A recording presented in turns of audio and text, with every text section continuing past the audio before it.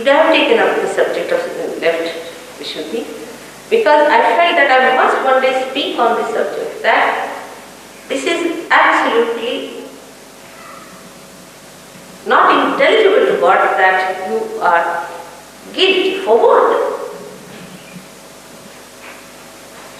Guilty for what are you? If you ask yourself, you say, oh, we are guilty because we crucified Christ. At the most, that is the maximum guilt a human being can say on his head. We crucified Christ, we tortured all the saints. Right? But by being guilty, what do you get? Do you get him back?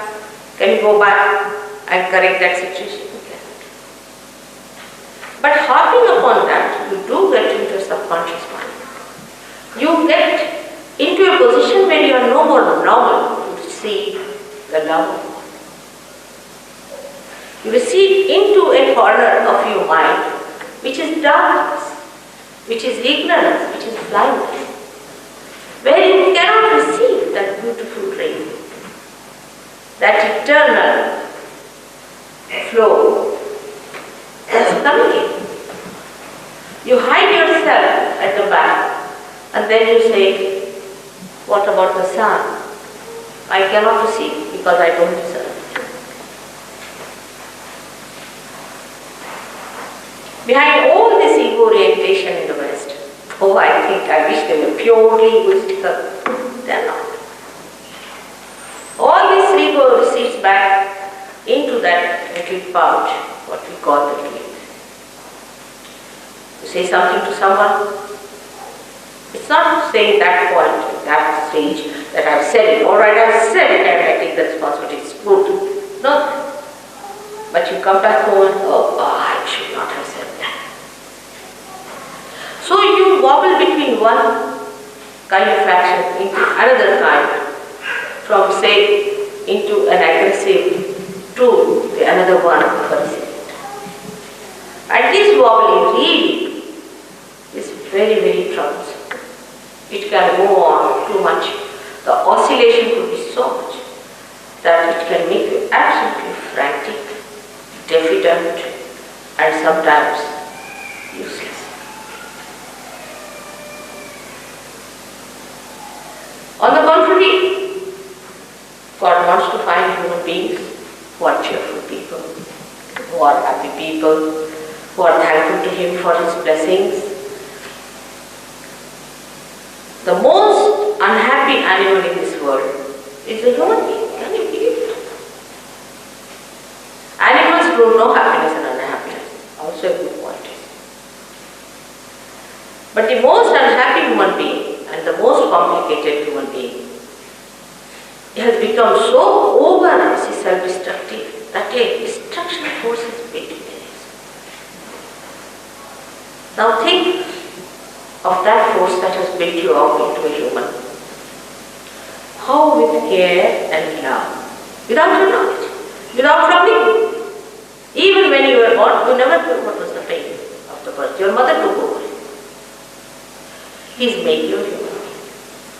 So carefully, delicately to build you up. For what?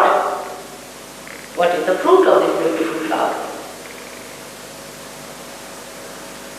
Why the flower starts eating itself? Have you ever heard of anyone like that? This is the worst disease with which we in the West suffer. French, yes, we have at least double the number of people that we have here today, surprisingly. But all of them had the same problem, and I think all their psychologists, psychoanalysts, we can say all the books, all the writers, the philosophers, everyone has done to them. They have given these ideas and everybody accepts them. And they curse themselves morning till evening, walking with so many wrinkles on the forehead. And you ask them, they will say, Mother, we are very unhappy. It's like asking unhappiness to come and decorate you. But it has a subtler meaning, of which people are not aware. These are the times when you have to get your realization. This mass realization has to work out, is all prophesied, and very important times are these. All the stars are acting to help us. The whole universe is helping us. All the elements are helping us. We are on the stage. But when the actors arrive on the stage, they are finished. They can't act. They can't do anything. They can't play their game. They are so involved with their different roles. And that is why one has to understand the subtle effect of it. Then only you will get rid of this guilt. You are playing into the hands of negative forces. They are not less than any atomic bombs built within yourself. Now, what is the way it works out? I think people do not realize. It's a very subtle method. Let's see the atomic bomb, hydrogen bomb. What do we do? Then we separate something which should not be separated. We break atom, which is not divisible, into its divisible parts. So we put a pressure to break them. And when that breaking force, that's aggression I would say, is worked out, that becomes another destructive force. So whatever effort we have put into that multiplies. It's not the same force. And that we use for our destruction. I mean, this only human beings can do, to create things to destroy us. But this force which works within our minds, within ourselves, within our being, where we actually really hate ourselves, sometimes I feel, the way we are destroying ourselves, this force we build within ourselves, thanks to many nonsensical writers and conditioners and people who don't do conditioning, really conditioning much worse. You should be singing and chirping like a bird. You should be laughing and enjoying like a flower. While you find human beings all looking so very unhappy, what's the reason? The reason is you are separated from your own being. The being that integrates you, you are completely disintegrated. When you disintegrate a hydrogen atom, you form a very big force weight into it. In the same way, you are integrating your being, your physical being on one side, your mental being on another side, your spiritual being on another side. There is no integration. And when you cannot feel that integration, you feel guilty. But that guilt is just a symptom of a very big destructive force built. This is the way we are going to destroy ourselves. No other way. Our destruction is not going to come to us from outside. That can be controlled. It's going to come from within ourselves. Everything we do now after disintegration is further disintegration or further building up that negative force within us. But integrated to make you feel complete integration with all your being. It's only possible if you can somehow or other get to that integrating force which is still there and it's quite deep.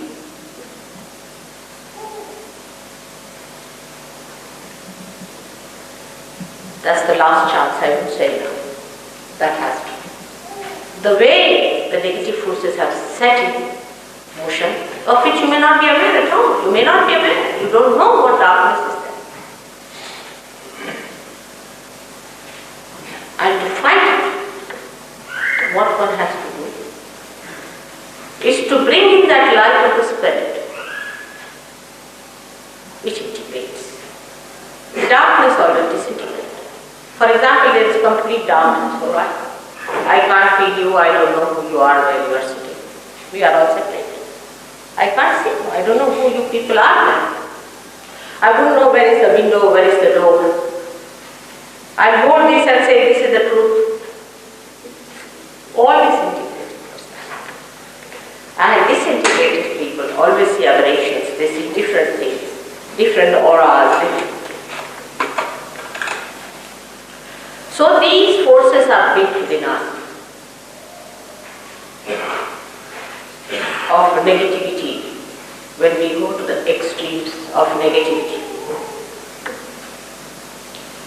So in the Kundalini Shastra, we can say that the left and right side, when used too much, you build up these forces in the head of 11 rudras, the 11 destructive forces.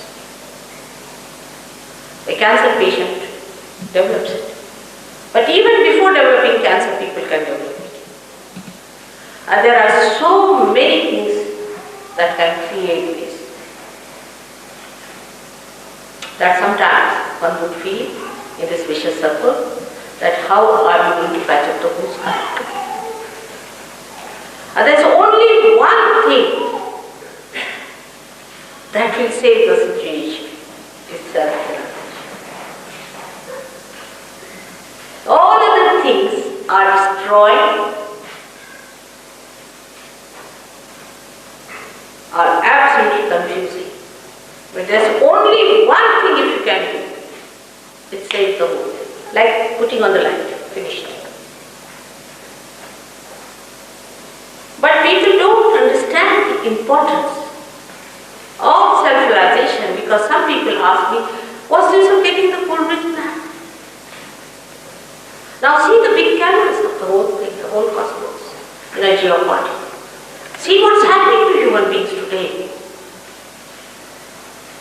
If they are to be saved, no use being unhappy.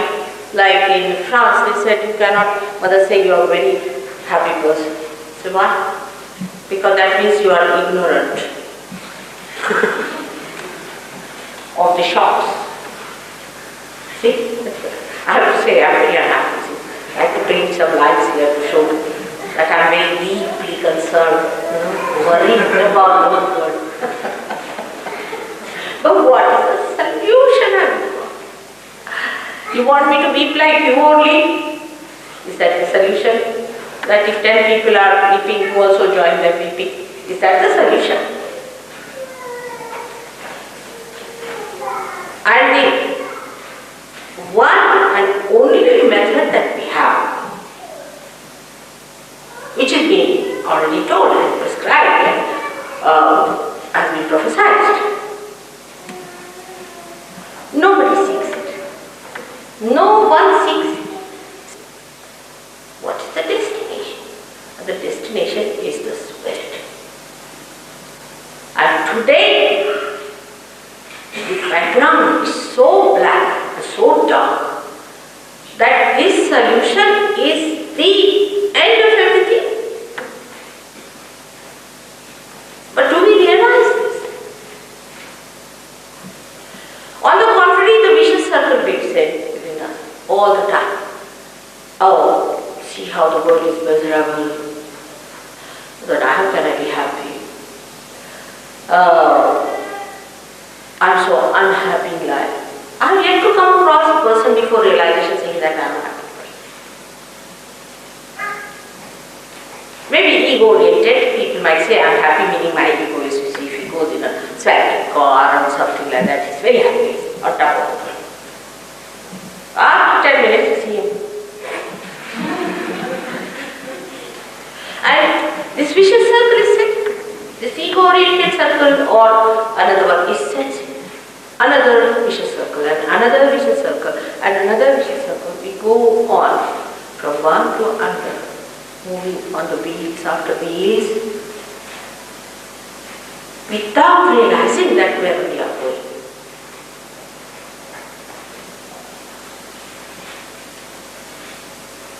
And this vicious circle has to be broken by one faith, by one understanding that God is forgiveness. God is love. When we feel love for anyone without any lust and greed, then that is God's love within us. That He is the embodiment of that pure love which just loves, which has given you this beautiful human life and wants to make you more beautiful. He created all this creation for you, and that He wants to enjoy the bounties of this creation. He wants you to enjoy the citizen of His realm and the kingdom